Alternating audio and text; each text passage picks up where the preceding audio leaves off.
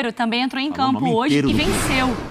E venceu o Cuiabá por 3-0, assim, até conseguindo poupar, né, por exemplo, o Hulk, entrando com o Vargas como titular, e o Vargas querendo, assim, com uma certa vontade de jogar, faz um gol de cabeça, tem um gol anulado, um pênalti que é e não é e volta ali depois, enfim.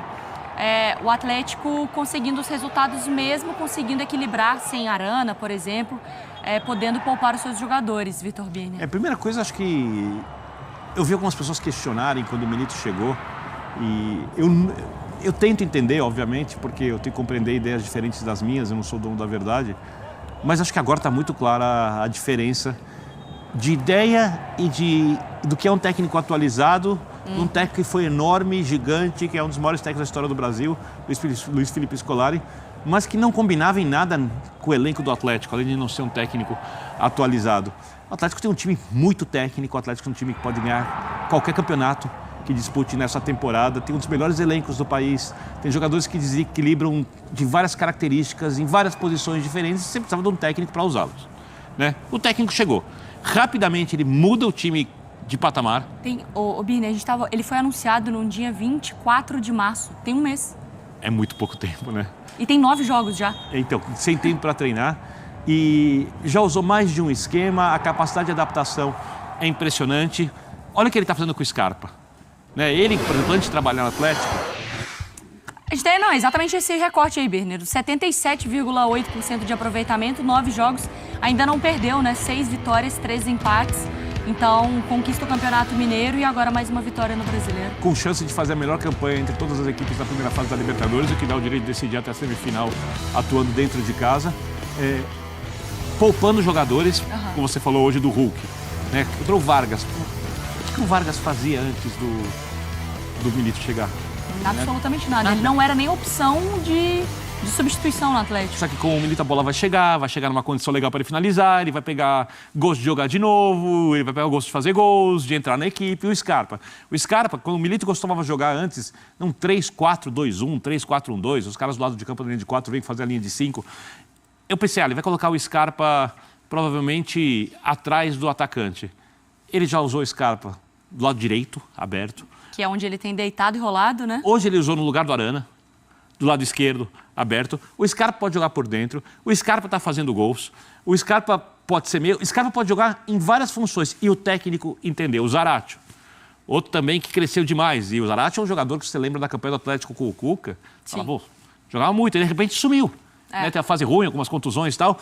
Mas é porque o jogador é mal utilizado. Ou o jogador entra numa fase ruim e o técnico não dá ao jogador, pelas características do time, a chance do jogador crescer. Então eu acho que essa vitória do Atlético é uma vitória assim, muito tranquila. Para mim, a coisa mais positiva é que a diferença de qualidade de jogo do primeiro para o segundo tempo não foi tão grande quanto a gente tem visto. O Atlético é um time que atropela no primeiro tempo e no segundo tempo por causa da parte física, até por um pouco de falta de entrosamento, cai de rendimento. Hoje caiu um pouquinho, mas não foi tão diferente assim. Eu acho que o Atlético vai seguir aí na briga pelo título de campeão brasileiro até o final, pensando que tem Copa América, com 9 rodadas lá na frente. Perder, não sei, eu acho que o Hulk não vai ser convocado, o Paulinho não vai ser convocado, o Arana.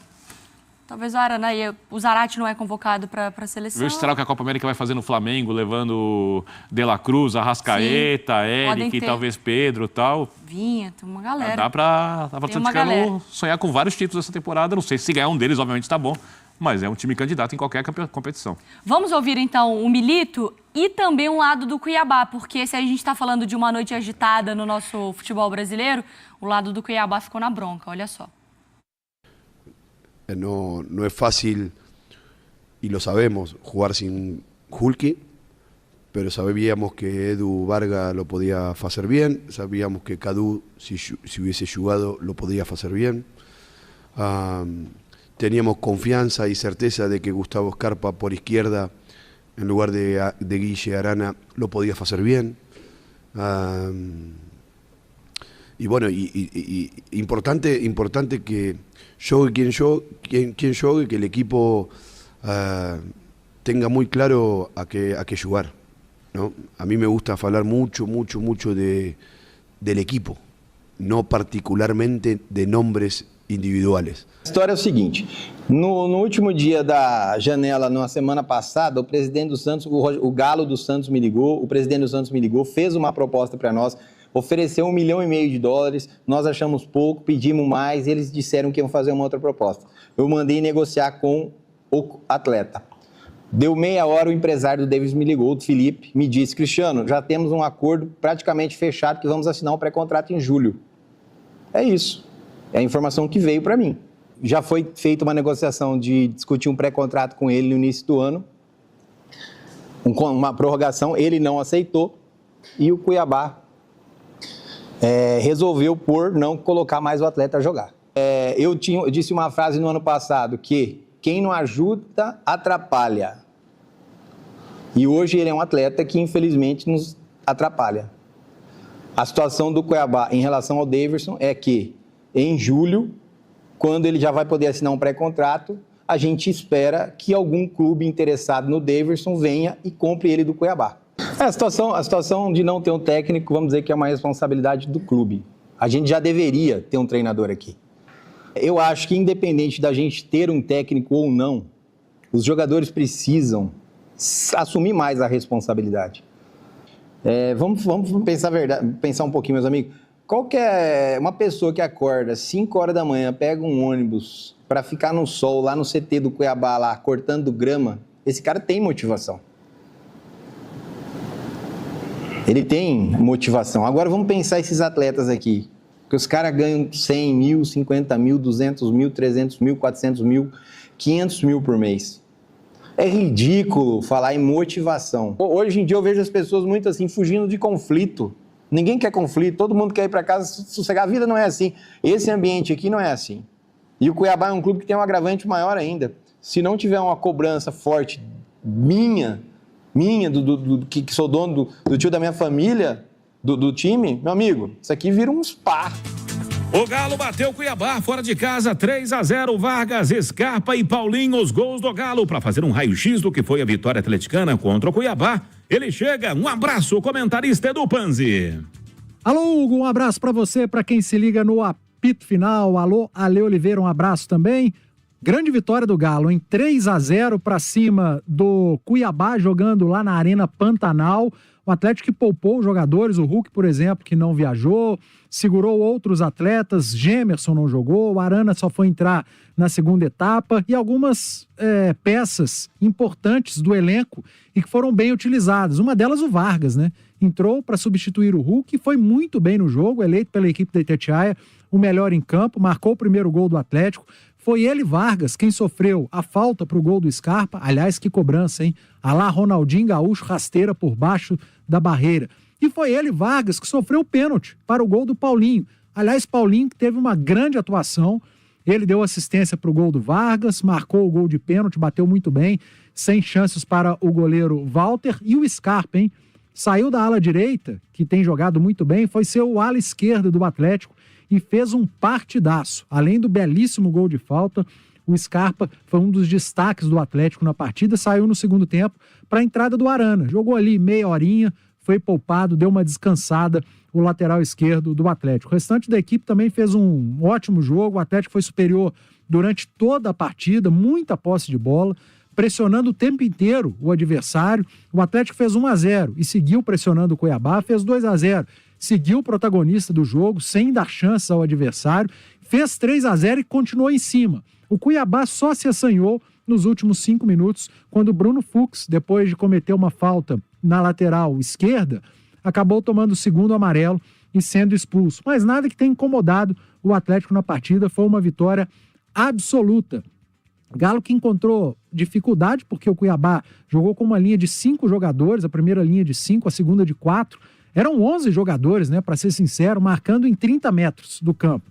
O Atlético atacou com 6. Você pega aí os 11 do Cuiabá, somados aos 6 do Atlético, 17 jogadores em 30 metros de campo, é muito pouco espaço. E ainda assim, o Galo conseguiu achar os seus espaços, chegar a seus gols, sofreu pênalti, aliás, sofreu pênaltis, né?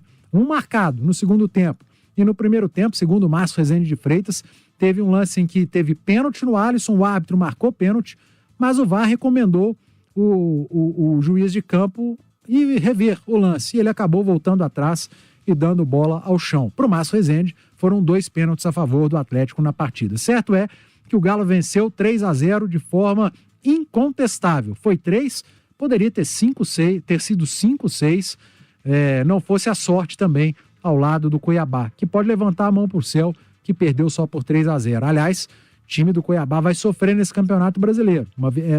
Os 3-0 dizem muito sobre o que o Atlético tem jogado e tem jogado bem, mas dizem muito também sobre a fragilidade do Cuiabá. Tá falado, Hugo? Um abraço. E vamos acompanhar o que disse o técnico Gabriel Milito após a vitória atleticana. Necesitamos de todo el grupo de futbolistas y necesitamos que juegue quien juegue, reconociendo las virtudes de cada uno de los futbolistas. El nivel del equipo y del juego no se resienta. No es fácil, y lo sabemos, jugar sin Hulki, pero sabíamos que Edu Vargas lo podía hacer bien, sabíamos que Cadu, si hubiese jugado, lo podía hacer bien. Teníamos confianza y certeza de que Gustavo Scarpa por izquierda, en lugar de Guille Arana, lo podía hacer bien. Y bueno, importante que juegue quien juegue, que el equipo tenga muy claro a qué jugar, ¿no? A mí me gusta hablar mucho del equipo, no particularmente de nombres individuales, reconociendo que el fútbol se compone por piezas individuales, pero lo más importante es el colectivo, el juego del equipo, ¿no? Y cuando no tenemos esos jugadores tan importantes, el nivel debemos intentar sostenerlo. Y hoy no era un partido fácil porque el rival defiende 5-4-1, replegado, no hay tantos espacios para poder atacar. Necesitábamos de la paciencia y la circulación de la bola para, en el momento oportuno, intentar ser profundo y lastimar. Y la verdad que los jugadores, los que iniciaron el juego y los que finalizaron el juego, han tenido un comportamiento muy bueno. Debíamos jugar un segundo tiempo como el de hoy, en cuanto a la posesión de la bola y también de la organización defensiva y la intensidad. Y creo que hoy, de principio a fin, el equipo dominó con bastante claridad al rival. Y eso es una conclusión positiva porque en los últimos juegos, quizá en la segunda parte, bajábamos un poco. Y el desafío era, más allá del calor, más allá de ser visitante, más allá de que enfrente teníamos un buen equipo, sostener nuestro juego, independientemente de cuál fuera el resultado. Si íbamos ganando, seguir, si íbamos empatando, seguir, y si íbamos perdiendo, seguir con el plan que teníamos para este juego. Y eso es lo que a mí, por supuesto, me gusta mucho la victoria, pero me gustó mucho el comportamiento de todo el equipo, desde el comienzo del show al final del show. Daí palavras do Milito, que tá acertando o time do Galo, né, Lê? Mais uma grande partida do Atlético. Poupou peças importantes? Foram várias vitórias do Atlético, não só de 3-0 contra o Cuiabá, mas o fato de ter poupado esses jogadores importantes, ter dado minutagem para outros que vinham tendo poucas oportunidades, como o Pedrinho, por exemplo, que até jogou bem. Enfim, o Atlético tá muito bem, obrigado, vai dormir na liderança do campeonato. E ainda tem um gás para o jogo de terça-feira pela Copa do Brasil contra o Sport, porque vários jogadores, inclusive, não foram utilizados, né? Então, são, assim, várias vitórias, vários motivos de comemoração para o torcedor atleticano. Vamos com mais do Atlético. Alô, boa noite, Cláudio Rezende.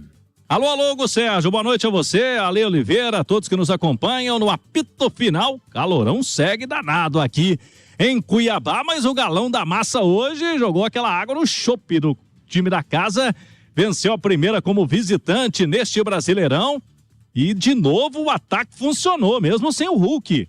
Hulk ficou em Belo Horizonte, se preparando aí para o duelo de terça-feira da Copa do Brasil. O técnico Milito também descansou no início da partida. Guilherme Arana escalou o Scarpa pelo lado esquerdo e foi muito feliz. Vargas desencantou.